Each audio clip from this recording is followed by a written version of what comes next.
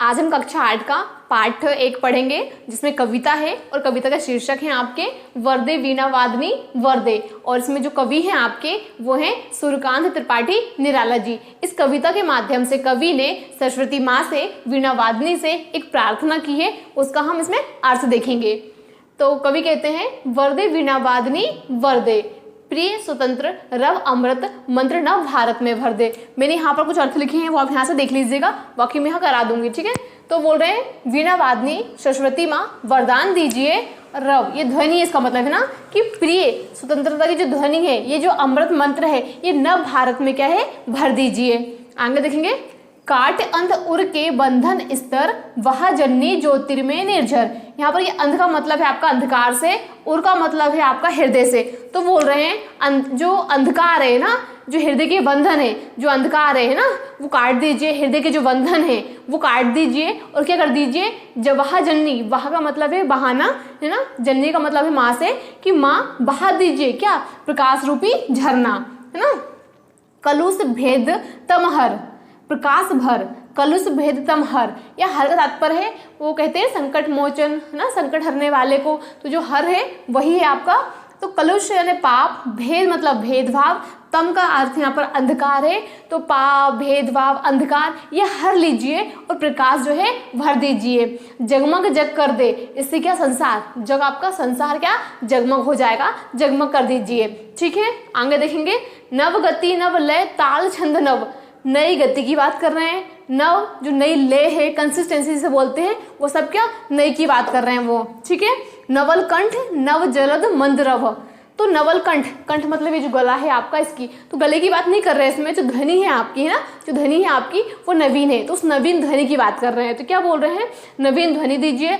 नव जलद, ये जो बादल है ये इसके नए की बात कर रहे हैं। मंदरव, ये मंद के मतलब यहाँ पर गंभीर, जैसे बिजली चमकती है ना तो कितनी विशाल ध्वनि, गंभीर ध्वनि निकलती है ना, उसी की बात कर रहे हैं। वैसे गंभीर विशाल ध्वनि की बात कर रहे हैं वो, ठीक है। अब है नव नभ के नव विहंग वृंद को नव पर नव स्वर दे। नव मतलब का यहाँ पर है आपका नवीन, नया है ना, तो नए आकाश के, नव मतलब आकाश के, नव विहंग वृंद इसका मतलब पंक्षियों के समूह आपका है ना, तो नए आकाश के जो नए पंक्षियों के समूह है उन्हें नव पर नव स्वर दे, नए पंख दीजिए और नए स्वर दीजिए है ना। तो यहाँ हमारा ये जो कविता है इसका अर्थ कंप्लीट हुआ। अब हम क्वेश्चन फर्स्ट देखेंगे। क्वेश्चन फर्स्ट में आपके अर्थ हमें इसके निकालना है शब्दकोश से, तो वो हम देखेंगे वीणा वादनी। क्या है वीणा वादनी, इसका अर्थ है आपका सरस्वती देवी। मंदरव, इसका मतलब है आपका धीमा और गंभीर, ये मंद का मतलब धीमा है, गंभीर आपका ये ध्वनि होती है आपका है ना। उर का मतलब आपका है हृदय से। अंध उर, अंध का मतलब आपका अंधकार है, उर का मतलब आपका हृदय, तो अंधकार युक्त हृदय, ठीक है। जननी का अर्थ आपका माँ होता है। वंधन स्तर, वंधन स्तर का अर्थ आपका होता है दास्ता, या जो बंधन का स्वरूप है उसे कहा गया है। तम का अर्थ आपका है अंधकार। विहंग वृंद, विहंग वृंद इसका है आपका अर्थ पंक्षियों के समूह से। कलुष का अर्थ है आपका पाप या मन के जो विकार है वो आपका। तमहर, तम का अर्थ है अंधकार और हर का आपका हरना, तो अंधकार जो हरना है वो है आपका। कलुष भेद, ये आपको पाप होता है और भेद मतलब भेदभाव है ना, तो मलिन भाव को काटना वो कहा गया है। जगमग जग कर दे, जगमग का आपका मतलब है संसार, जग का है आपका संसार, और जगमग का अर्थ है आपका जो जगमग प्रकाश होता है वो संसार को प्रकाशमान करना, वही है आपका। प्रकाश आपका उजाला। ज्योतिर्मय निर्झर मतलब प्रकाश रूपी झरना, निर्झर मतलब झरना होता है आपका ना। नवल, नवल का अर्थ है आपका नवीन, नया, न्यू, जो हमने भी सब पढ़ा है वही। तो ये हमारा क्वेश्चन फर्स्ट कंप्लीट होता है। अब हम क्वेश्चन 2 देखेंगे, ठीक है। क्वेश्चन 2 में जो आपके हैं प्रश्न उत्तर है, लेकिन इसमें लघु उत्तरी प्रश्न है, आपको ना कम शब्दों में इसका आंसर करना है ना। क्वेश्चन 3 में जो आपके आएंगे वो विस्तार से उसका आंसर करना है आपको। आपकी बोर्ड क्लास है, आपको ध्यान देना है कितने शब्दों में लिखना है ना, क्वेश्चन क्या किया गया है, तो मैं इसमें पूरा करा दूंगी आपको, ताकि आपको आवश्यकता ना पड़े किसी और संसाधन की, ठीक है। तो देखते हैं हम क्वेश्चन 2। इसका क्वेश्चन फर्स्ट है नव नभ के माध्यम से कवि क्या कहना चाहता है। मैंने इसका जो आंसर है वो डायरेक्ट लिख दिया है, कवि ज्ञान का नया आकाश देने की बात कहना चाहता है। लेकिन आपको जो क्वेश्चन है वो पढ़ना है, इस लाइन को थोड़ा सा आगे लिखना है आपको। आप क्या लिखेंगे कि नव नभ के माध्यम से, नव नभ के माध्यम से कवि ज्ञान का नया आकाश देने की बात कहना चाहता है, ठीक है। समझ में आ रहा है आपको। सेकंड क्वेश्चन है इस कविता में कवि किससे वरदान मांग रहा है, ठीक है। क्या बोला है किससे वरदान मांग रहा है? तो हम क्वेश्चन में लिखेंगे इस कविता में कवि विद्या की देवी माँ सरस्वती से वरदान मांग रहा है। ठीक है। थर्ड क्वेश्चन है आपका, कवि भारत में कौन सा मंत्र भरने की बात कह रहा है? ठीक है, तो हम आंसर में लिखेंगे कवि भारत में स्वाधीनता का मंत्र भरने की बात कह रहा है। ठीक है, आपको यहाँ करके लिखना है। हम थर्ड क्वेश्चन पर आते हैं। जो थर्ड क्वेश्चन है उसमें उसका जो आंसर है वो हमें विस्तार से देना है। ठीक है, तो देखिए क्वेश्चन है आपका, कवि माँ सरस्वती से कौन सा वरदान चाहता है? ठीक है, तो इसका आंसर देखेंगे, कवि माँ सरस्वती से ज्ञान रूपी प्रकाश स्वाधीनता का वरदान चाहता है।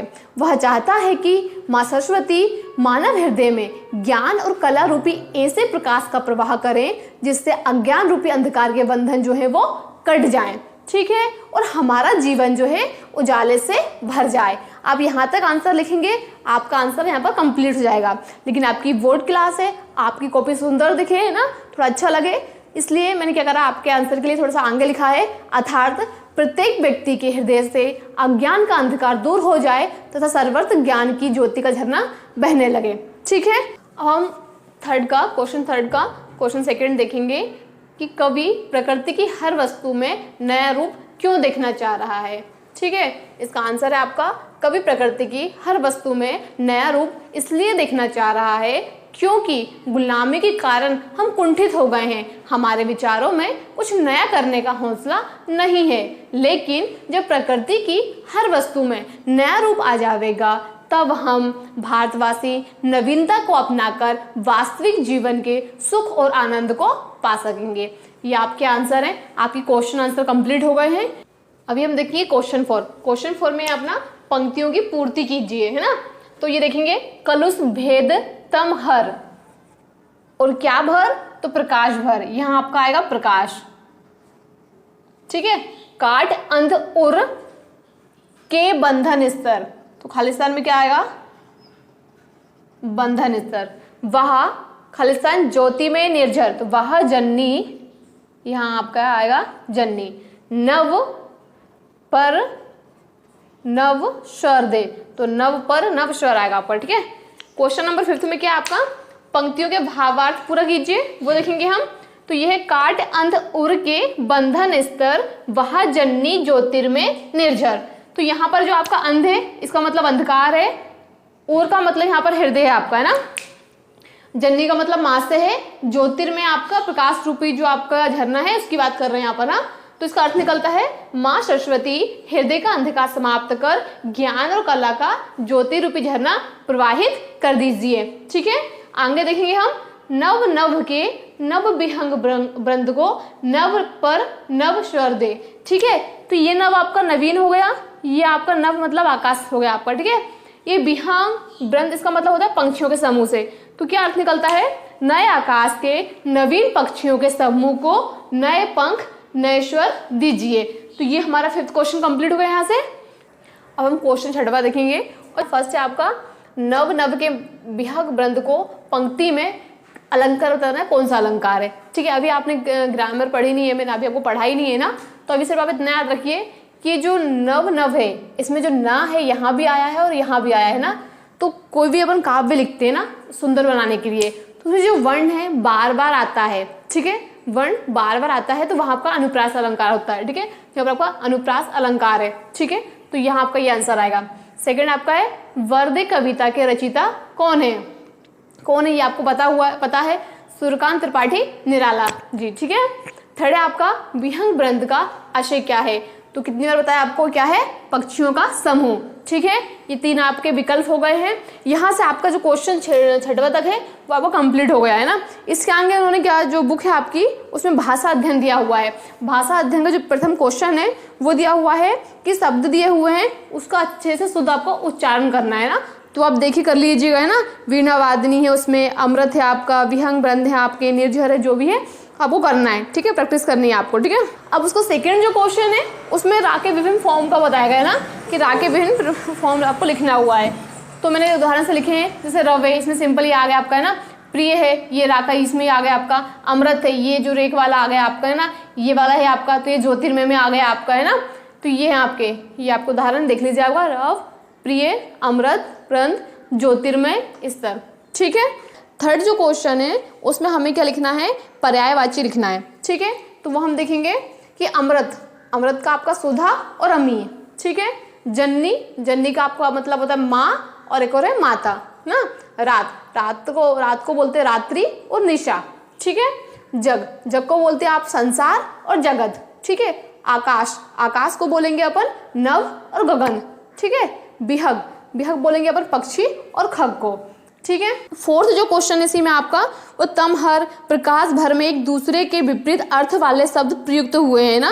तो इस प्रकार के हमें 5 शब्द लिखे हैं जिनका हमें विपरीत बनाने हैं ना। तो वो आप बुक में देख लेना, क्वेश्चन मैंने डायरेक्ट लिख दिया हुआ है कि विलोम शब्द हमें लिखने हैं इसमें। तम, तम का मतलब आपका क्या होता है, आपका अंधकार, तो उसका विपरीत प्रकाश। स्वतंत्र आपका, इसका आपका परतंत्र। ठीक है, बंधन आपका, बंधन से मुक्त, मुक्त आपका विलोम। नव आपका नवीन, या आपका पुरातन। ठीक है, अमृत, ठीक है, इसका विपरीत आपका गरल। स्वरूप, स्वरूप, इसका विपरीत आपका कुरूप। ठीक है, ये आपके 4 तक कंप्लीट हुए। क्वेश्चन 5 में हमें दिया हुआ है कि निम्नलिखित उदाहरणों में से उपमेय, उपमान, साधारण धर्म वाचक शब्द छांट कर लिखने हैं। इसमें हमें एग्जांपल्स दिए गए हैं तो उसके द्वारा हम छाटेंगे। ठीक है, इसके पहले हमें पता होना चाहिए कि उपमेय क्या होता है, उपमान क्या होता है, साधारण धर्म क्या है और वाचक शब्द क्या है। ठीक है, तो बिल्कुल सिंपल समझा रही हूँ मैं आपको, ध्यान दीजिएगा कि जिसके बारे में बात हो, जो उदाहरण में जिसके बारे में बात हो वो आपका होता है उपमेय।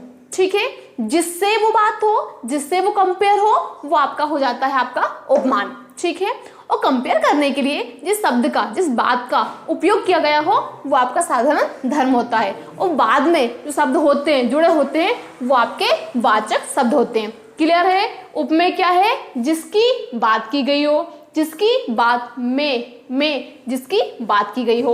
उपमान, जिससे कंपेयर किया गया हो, उपमान जिससे कंपेयर किया गया हो। समझ में आ रहा है? साधारण धर्म जो होगा वो जिस शब्द की बात की गई हो। ठीक है, अब अपन उदाहरण से देखते हैं। पहला उदाहरण दिया हुआ है आपका कि सीता का मुख चंद्रमा के समान सुंदर है। किसकी बात? सीता के मुख की बात की गई है। किसकी बात? सीता के मुख की बात की गई है। जिसकी बात, वो कौन है आपका? उपमेय। वो कौन है आपका? उपमेय। तो सीता का जो मुख है वो आपका उपमेय है। ठीक है, किससे किससे कंपेयर किया गया है? चंद्रमा से। कैसा है? चंद्रमा के समान है ना, सुंदर, तो उपमान आपका चंद्रमा। ठीक है, क्या कंपेयर करने के लिए किस चीज की बात की गई है, किस चीज की क्वालिटी क्या है? तो सुंदरता की बात की गई है। तो जो सुंदर है वो आपका साधारण धर्म है। ठीक है, अलग शब्द क्या जोड़े गए हैं? तो के समान। ठीक है, ये आपका वाचक शब्द हो गए। समझ में आ गया होगा आपको। अगला उदाहरण देखेंगे हम। पीपर पात सरिस मन डोला। ठीक है, पीपर के जो पत्ते हैं उसके समान जो है मन क्या? डोला है। ठीक है, तो ये बोला गया है आपको। तो फिर वही बात है, किसकी बात की गई है? मन की। किसकी बात की गई है? मन की। तो मन क्या हो गया आपका? उपमेय हो गया। किससे कंपेयर किया गया है? पीपर के पात से, पीपर के पत्ते से, तो ये आपका उपमान हो गया। ठीक है, साधारण धर्म क्या है? क्या है? क्या है? तो वो डोला। ठीक है, अस्थिरता जो है वो आपका, ये आपका साधारण धर्म हो गया। ठीक है, और सरिस जो आपका शब्द था वो बचा है आपका। ठीक है, अगला उदाहरण है आपका हरिपद कोमल कमल से। हरि के जो पद है कैसे हैं? कमल से कोमल है। किसकी कंपेयर, किसकी बात की गई है? हरि के पद की, हरि के पद की। तो ये आपका हरिपद, ये आपका होगा उपमेय। किससे कंपेयर की गई है? कोमल, कमल से। कमल से की गई है ना, कमल के समान, तो कमल आपका। ठीक है, वो शब्द क्या है? क्या है? विशेषता क्या है? कोमलता। तो कोमल आपका जो है वो साधारण धर्म हो गया, और उससे आपका जो वाचक शब्द हो गया आपका। ठीक है, अगला है आपका नंदन बंसी फूल उठी वह छोटी सी कुटिया मेरी। किसकी बात की गई है? कुटिया की। तो कुटिया क्या आपका? उपमेय। ठीक है, कैसे, किससे? नंदन बंसी बोला ना, नंदन बंसी, तो वो आपका उपमान हो गया। ठीक है, विशेषता क्या है? कि फूल उठी। विशेषता क्या है? फूल उठी, तो वो आपका साधारण धर्म हो गया आपका। ठीक है, जो सी था आपका वो वाचक शब्द हो गए। तो यहाँ आपका प्रथम पार्ट जो है 8वीं कक्षा का कंप्लीट हो गया है।